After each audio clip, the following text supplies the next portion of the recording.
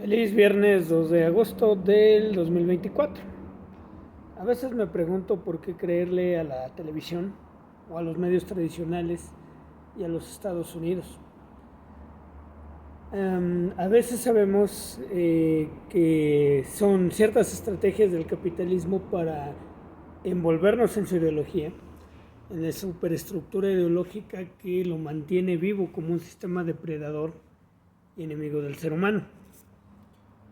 Y ahora hemos visto en Venezuela el, el revivir o la resurrección de las técnicas que llevaron en su momento, claro, a lo mejor ya más violentas o con mayor escalada, las técnicas que llevaba Capriles, Leopoldo López y últimamente Juan Guaidó.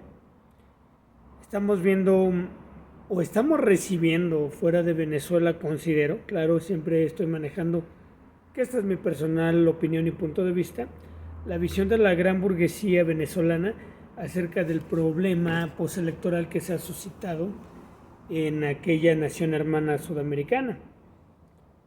Estamos hablando, considero, porque aquí es importante limitar, que es mi punto de vista y mi personal opinión, que estamos viviendo un metarrelato, una metalingüística de una realidad que puede que sea más profunda, sea divergente y sea distinta a lo que los medios nos están vendiendo y los Estados Unidos nos dan como discurso que quieren que nosotros entendamos. Hay que analizar las cosas y creo que hay que tratar de esclarecer cuál es el interés del imperialismo yanqui, de los Estados Unidos y de la gran burguesía, sobre todo la burguesía transnacional estadounidense, en intervenir abiertamente en Venezuela por el petróleo, por el litio, por los grandes energéticos. También es de llamarse la atención que apenas en el canal Red Television de España, un canal bastante izquierdista, rojo y abiertamente socialista, entrevistó a muchos jóvenes de clase alta que protestan contra la reelección de Maduro, apoyando a esta amiga María Corina, creo se llama, y al títere que tiene de candidato. Le preguntaron que por qué marchan en contra del socialismo, que si entendían qué es el socialismo y si entendían también qué era el capitalismo, y veían al capitalismo como la salida en contra de la tiranía y de la dictadura socialista. Pero lo que es de llamar la atención, muy importante de llamar la atención, es que aquellos jóvenes les pidieron, defíneme alguna postura ideológica o qué caracteriza o diferencia el capitalismo del socialismo, y no lo supieron decir. Quizá nosotros, los que ahorita estamos viviendo la llegada de las políticas sociales de izquierda, que algunos llamarán socialista, yo todavía no lo considero así. Aquí en México vamos bien, pero todavía vamos muy atrás. No somos ni cerquitas socialistas y mucho menos comunistas. En los que sí vivimos el capitalismo durante más de 30 años, el capitalismo neoliberal, podemos hablar de las antagonías naturales de este sistema decadente que es el capitalismo, la brecha entre las ganancias o el poder adquisitivo de los ricos contra los pobres, el desempleo a los más preparados, la falta de una seguridad alimenticia para las personas que viven apenas de un salario, el poder económico que ha ido perdiendo los salarios poco a poco, etcétera, y cuestiones que nos hacen repudiar con argumentos inteligentes al gran capitalismo, que cada día está, considero yo, más decadente y más putrefacto. Un sistema que está demostrando no resolver ningún problema, ni por más que le des, como decían los neoliberales y ahora los Mileis, que hablan de una aberrante, que contrasta y es antagónica en sí misma, que es el anarquismo capitalista, que por más que le des libertad al mercado, el mercado no resuelve nada y nunca resolverá nada que no esté en el interés económico de la burguesía o de la gran burguesía, que está intentando hacer siempre su voluntad en contra del Estado. Esto me recuerda a una película que marcó mi vida, Adiós a Lenin, cuya fotografía parece ser de 1990 al 92 por muy cercano a nosotros. Sin embargo, creo que es una película de pasado el año 2000. Espero no equivocarme en el dato del 2012. Esa película, Adiós a Lenin, habla de unos chicos que vivieron la transición de la Alemania socialista a la Alemania capitalista. La mamá cayó en coma al ver que el hijo que protestaba en contra del socialismo cayó en garras del Stasi, cayó golpeado en las protestas del para tirar el muro de Berlín. La mamá cae en coma y le hicieron creer, para que no le diera un infarto, que el socialismo había ganado la Guerra Fría.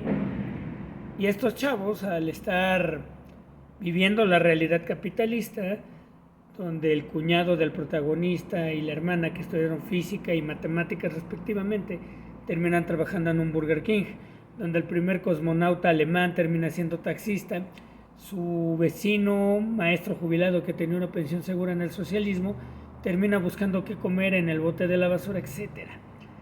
La realidad es que un capitalismo le da a la clase trabajadora todos los días golpes de realidad, y que nos demuestran que es un sistema anacrónico, vetusto, en decadencia, y que tiende hacia su propia destrucción y muerte, y que nos invita a buscar modelos distintos al capitalismo.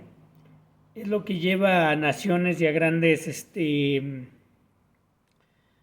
potencias capitalistas en tratarnos de vender el discurso, el Soma, el Big Brother, de decirnos que el socialismo no funciona. Cuando estamos viendo que el capitalismo, cuando deja de funcionar y empieza a agonizar, deja terribles consecuencias, aún peor que las que la ideología y la superestructura capitalista nos dice que está sucediendo en las naciones socialistas.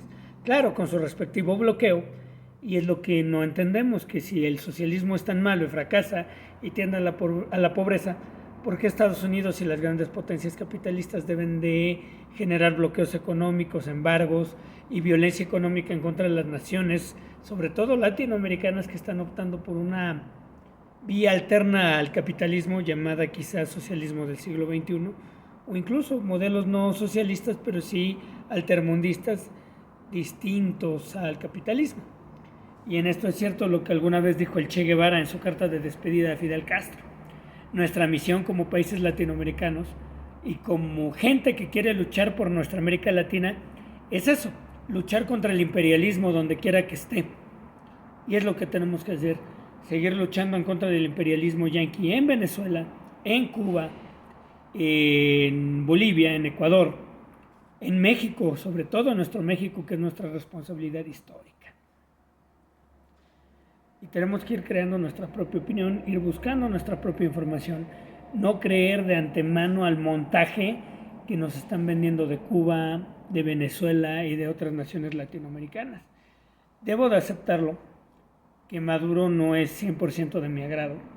En consideración, o comparándolo con Hugo Chávez, siempre he considerado desde que llegó que Maduro es más torpe, más lerdo o tonto en arreglar los asuntos, en hablar con pajaritos, pero que a veces es mejor un inepto de izquierda que un inepto de derecha.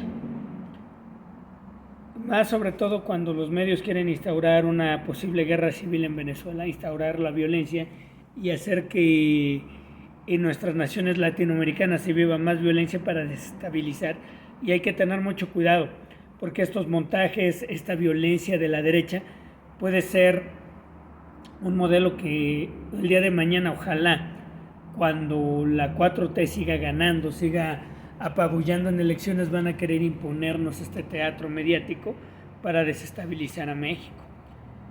Estamos viendo cómo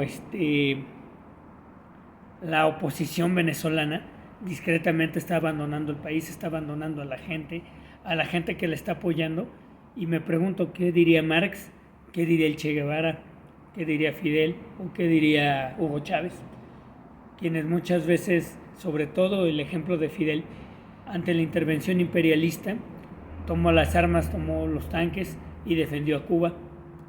¿Qué diría el Che Guevara de huir cobardemente ante un problema? Es cierto, muchas veces los problemas son más grandes que nosotros, son más fuertes que nosotros, pero algo que me ha enseñado el Che Guevara es a que no hay imposibles, que siempre es posible vencer al peor de tus enemigos o al más grande de tus enemigos, siempre y cuando exista la voluntad, la valentía y las ganas de seguir luchando. Reiteramos, cómo todos estos montajes y esta estrategia geopolítica del espectáculo dirigida desde Washington, desde la superestructura ideológica de Washington, padre putativo y absoluto de todo el capitalismo internacional, nos lleva este montaje, este teatro, a tratar de garantizar energéticos al gran padre yanqui, al gran gigante del norte, al gran gigante del capitalismo, para saciar su voracidad capitalista y de energía, que nos quieren vender incluso aquí en México, ¡ay, las energías limpias! Cuando todavía los combustibles fósiles siguen alimentando al gran papá del norte, al gran yanqui, sino porque quiere intervenir en países árabes, en países latinoamericanos que son petroleros. Muy buena pregunta. Y también sabemos que los autos eléctricos e híbridos son carísimos. Tuve la oportunidad de trabajar como delegado de la Secretaría de Comunicaciones y Transportes aquí en Tlaxcala y no había auto ecológico que no se facturara por abajo del $1,000,000, algunos $1,500,000, incluso algunos hasta $2,000,000. Eso no va a hacer que las energías llamadas limpias sean accesibles al pueblo. Recordemos que el discurso burgués capitalista de las grandes élites es uno distinto y totalmente desconectado de la realidad que viven diariamente las clases trabajadoras y los explotados del sistema capitalista. Y no es porque sean malos, sino simplemente viven en su enajenación por ganar, por tener capital, por tener ganancias, por explotar al trabajador, que se olvidan a veces de la misma realidad. Y esto es parte natural de la enajenación, por un lado de las clases explotadas y otra de las clases explotadoras, que están buscando ante todo saciar su sed de dinero, su sed de ganancias, su sed de lucrar con las necesidades de la gente, más allá incluso de la vida de los demás. Esta es mi opinión personal. Es válido que no la compartan, es válido recibir sus críticas. Espero que esta ligera cápsula les haya servido y nos vemos de aquí a 8 días. Mil gracias por seguirme, por sus likes y sus comentarios. Un abrazo.